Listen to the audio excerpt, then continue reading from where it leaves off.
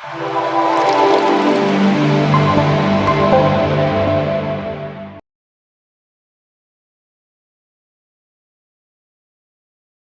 మిత్రులందరికీ కూడాను శుభాకాంక్షలు. సద్గురు జ్యోతిషాలయం నుండి 2025 జూన్ రాశి ఫలితాలని మనము ఈరోజు తెలుసుకోబోతున్నాం.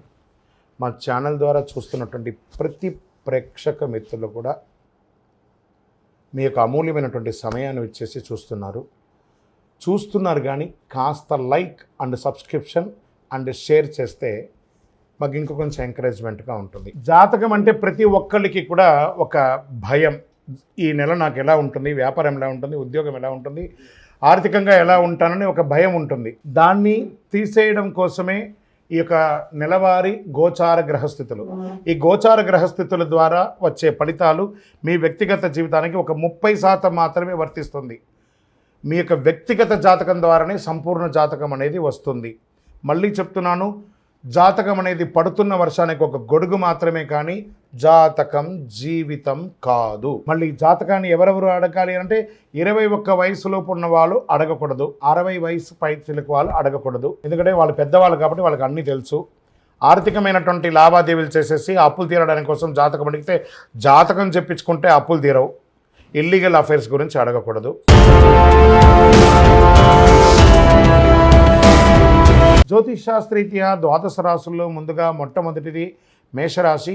అశ్విని నక్షత్రం 1, 2, 3, 4 పాదములు, భరణి నక్షత్రం 1, 2, 3, 4 పాదములు, కృతికా నక్షత్రం మొదటి పాదానికి జన్మించిన మీరు మేషరాశి వారిగా పరిగణించబడుతున్నారు.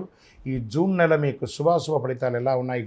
గోచార గ్రహస్థితులను బట్టి లగ్నంలో శుక్రుడు, ద్వితీయంలో రవి బుధుడు, తృతీయంలో గురువు, చతుర్థంలో కుచుడు, పంచమంలో కేతువు, షష్టమంలో గురువు, భాగ్యస్థానంలో రాహువు, వ్యయస్థానంలో శని. గ్రహాలన్నీ కూడా ఇలా ఉన్నాయి. కెరీర్ పరంగా ఈ నెల బహుశా రెగ్యులర్ కంటే కూడా కొంచెం బాగానే ఉంటుందని చెప్పచ్చు.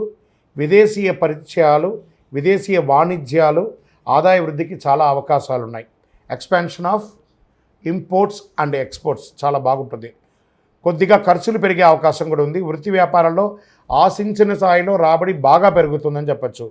ఉద్యోగాల్లో కొంత పనిభారం, అదనపు బాధ్యతలు పెరిగే అవకాశం ఉంది. మీరు కోరుకున్న చోట ఈ ట్రాన్స్ఫర్స్ కానీ ఇంక్రిమెంట్స్ కానీ ఇంకొక 1 మంత్ వెయిట్ చేయండి, తప్పకుండా అవకాశాలు వస్తాయి. చాలా ముఖ్యమైన వ్యవహారాలని కూడా విజయవంతంగా పూర్తి చేస్తారు మేషరాశి మిత్రులారా. ఏ ప్రయత్నం తలపెట్టినా తప్పకుండా సఫలం అవుతుంది. 1-2 సార్లు ధనయోగం పట్టే సూచనలు ఉన్నాయి. మీకు 7.5 శని స్టార్ట్ అయినా మిగతా గ్రహాలన్నీ కూడా యోగంగా ఉన్నాయి కాబట్టి నిరుద్యోగులకి అవకాశాలు ఉన్నాయి. విదేశీయ ఉద్యోగం కోసం ప్రయత్నం చేసిన వాళ్ళకి H1B వీసా లాంటిది, లేదా ఏ దేశానికి వెళ్ళాలన్నా అలాంటి వాటికి కూడా అవకాశాలు ఉన్నాయి. ఆస్తి వివాదం కొలికి వచ్చే అవకాశాలు ఉన్నాయి. పెద్దల జోక్యంతో పరిష్కారం అవుతుంది. నెల ప్రారంభంలో కుటుంబంలో బంధుమిత్రులతో విభేదాలు, భార్యాభర్తల మధ్య విభేదాలు ఒకదానికొకటి కూర్చొని మాట్లాడుకుంటే సర్దుబాటు అవుతుంది. మాసం చివరిలో కుటుంబంతో పాటు ఏదైనా శుభ విశేషాలు పాల్గొనడం లేదా శుభయాత్రకు వెళ్ళడం జరుగుతుంది. నూతన ఉద్యోగం కోసం ప్రయత్నం చేసే వాళ్ళకి ఇది మంచి సమయం. వివాహం కాని వారికి ఇది ఒక మంచి సమయం అని చెప్పండి. మంచి రాజకుమారుడు రాబోయే అవకాశాలు.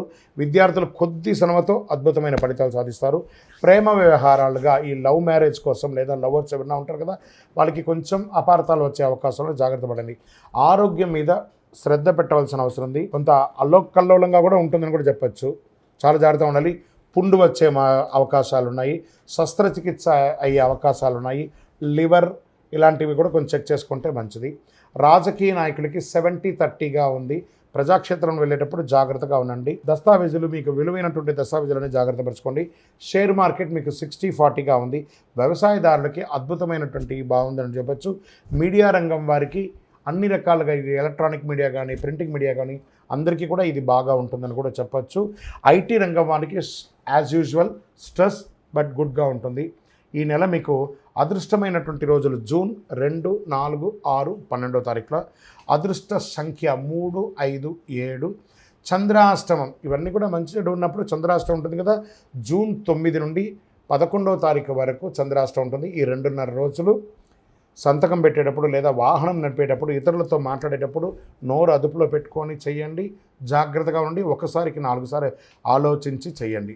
మరి దీనికి ఏమైనా పరిహారం ఏమైనా ఉందా ఈ నెల అని అనుకుంటే సుబ్రహ్మణ్య స్వామి వారి ఆరాధన చేయడం, సుబ్రహ్మణ్య స్వామికి పాలాభిషేకం చేయడం, సుబ్రహ్మణ్య స్వామి దేవాలయంలో ఒక 19 ప్రదక్షిణాలు చేయడం, సుబ్రహ్మణ్య భుజంగం అనే ఒక మంత్రాన్ని ఎప్పుడు పారాయణం చేస్తూ జపం చేస్తూ ఉండడము, ఇది మీకు చాలా మంచిది.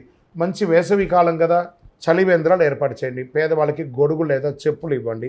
ఇంకనూ సకల దోషాలు తొలగండి. అతి శక్తివంతమైనటువంటి కరుంగాళి మాలను ధరించండి. ఒరిజినల్ కరుంగాళి మాలను ధరించండి. ఏదో ఒక దేవాలయానికి సంబంధించింది కాదు, ఇది ప్రతి చోట తయారవుతుంది. ఇది ల్యాబ్ టెస్ట్ చేసి పూజ చేసినటువంటి మాలనే ధరించండి.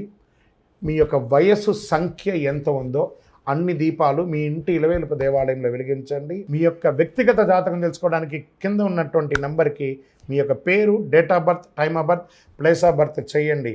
ఇంకనూ మీరందరూ కూడాను ఆయురారోగ్య ఐశ్వర్య భోగభాగ్యాలతో ఉండాలని అఖిలాండ కోటి బ్రహ్మాండ నాయకుడు శ్రీ ధర్మశాస్త్ర అయ్యప్ప స్వామి వారిని ప్రార్థిస్తున్నాం. మీరు తిరుపతికి వచ్చినప్పుడు అయ్యప్ప స్వామి వారి 18 అవతారముల దేవాలయాన్ని బ్రహ్మశ్రీ డాక్టర్ చంద్రమణి గురుస్వామి గారు నిర్మించి సమాజానికి అంకితం ఇచ్చారు. జీవకోణ అనే ప్రాంతంలో తిరుపతిలో రైల్వే స్టేషన్ నుండి బస్టాండ్ నుండి 3 కిలోమీటర్ల దూరంలో ఉంటుంది. రండి, దర్శనం చేసుకోండి, అనుగ్రహం పొందండి. వందే మాతరం, వందే మాతరం, వందే మాతరం. నమస్కారం. విజయోస్తు.